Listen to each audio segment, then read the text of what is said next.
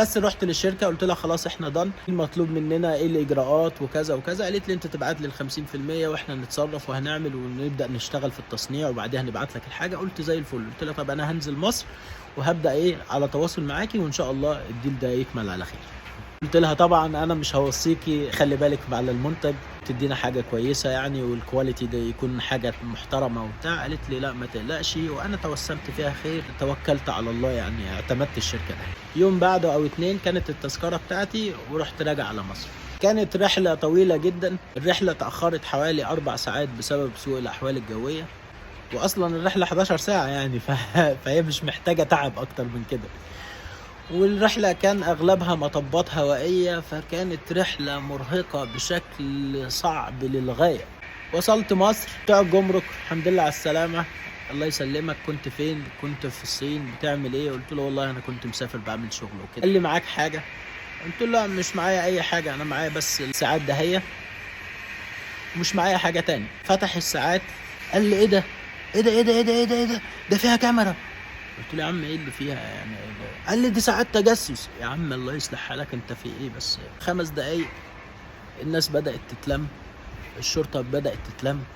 لقيت امين شرطة بيتكلم في اللاسلكي بيتصل ببتوع المفرقعات. يا جماعة هو في ايه؟ انا مش فاهم.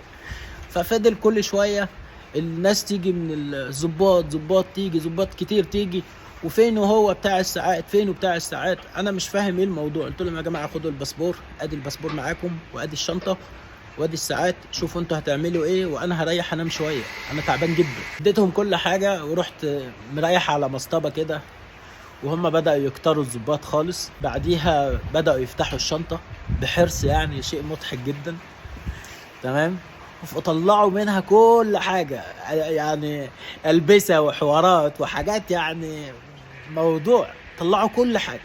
كان الراجل الصيني كان مديني هدية أقلام كده شكلها عادي خالص يعني ما فيهاش أي حاجة، ولكن يعني هم ما اعرفش بقى فضل يبص عليها بشكل غريب ويبص يعملوا كده ومش عارف ايه بتاع.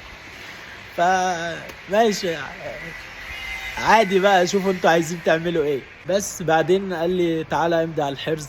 انا مش فاهم ايه موضوع الحرز ده. قلت لهم ماشي. رحت مضيت على الحرز. طلعنا لحاجه كده فوق اسمها اداره البحث الجنائي. راح واخد الكرتونه اللي فيها الساعات، وراح مسلمها في اداره البحث الجنائي، وراح واخد الوصل الراجل حطه في جيبه. خدوني من اداره البحث الجنائي لمكتب الامن الوطني الموجود في المطار. دخلت، انا كل دماغي عن الامن الوطني شبه الامن الدولة بتاع حسني مبارك وكده. فانا قلت يا واد يا ابو حميد محدش هيشوفك تاني. دخلت المكتب بتاع الضابط، فتحت الباب، دخلت، عامل اضاءة خافتة جدا ومشغل تلفزيون صغير كده. وقتها كان وقت اذان. فسألني قال لي ها يا ابو حميد.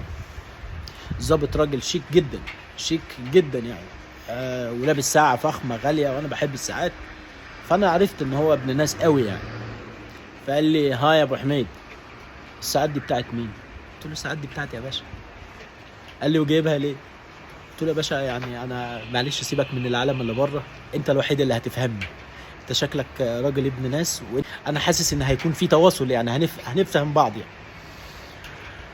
فقال لي قول. قلت له يا باشا بص ده موبايل سامسونج، ودي الساعة دي بتتوصل بالموبايل شبه الجير 1 بتاعت سامسونج، وبتتوصل وما فيهاش اي حاجة يعني، وانا ما اعرفش ان هي ممنوعة اصلا. قال لي قال لي انت شغال ايه؟ قلت له يا باشا والله انا عندي شركة استيراد وانا سافرت الصين يعني بجرب اشوف الدنيا يعني وربنا ييسر الحال. قال لي طيب خلاص استناني بره. طلعت بره وانا قاعد سمع امين الشرطة بيحكي مع صاحبه. قال لك بس الباشا ده طلع مجرم اجرام ملوش حل. ازاي لقط البنت دي؟ دي بنت شيك وبنت ناس وحاجة فخامة قوي، فجأة راح ضاربها بالقلم. قلت انا يبقى هيعمل معايا كده، يا اما العيال دي بتخوفني. فالظابط فتح الباب قال لي يا ابو حميد الشركه مقرها فين؟ قلت له يا باشا والله هو العقد كان بتاعها سنه والعقد خلص، فمش لازم يعني تزعجوا الناس ونعمل حوار. قال لي طب خلاص. بعديها بشويه جه وراح اخدوني طلعوني على الحجز. والله العظيم في لمح البصر لقيت نفسي جوه الحجز. انا بقى دماغي على الحجز ان هو بقى ايه اجرام، واللي بيدخل بنعمل له تشريفه ومش عارف ايه. فانا قلت ايه هي ونصيبها. دخلت والله هموت وانام.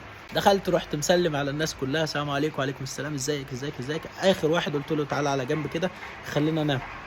فراح واحد نط قال لي انت جاي علشان تنام؟ قلت له امال جاي عشان اسلم عليك يا روح امك.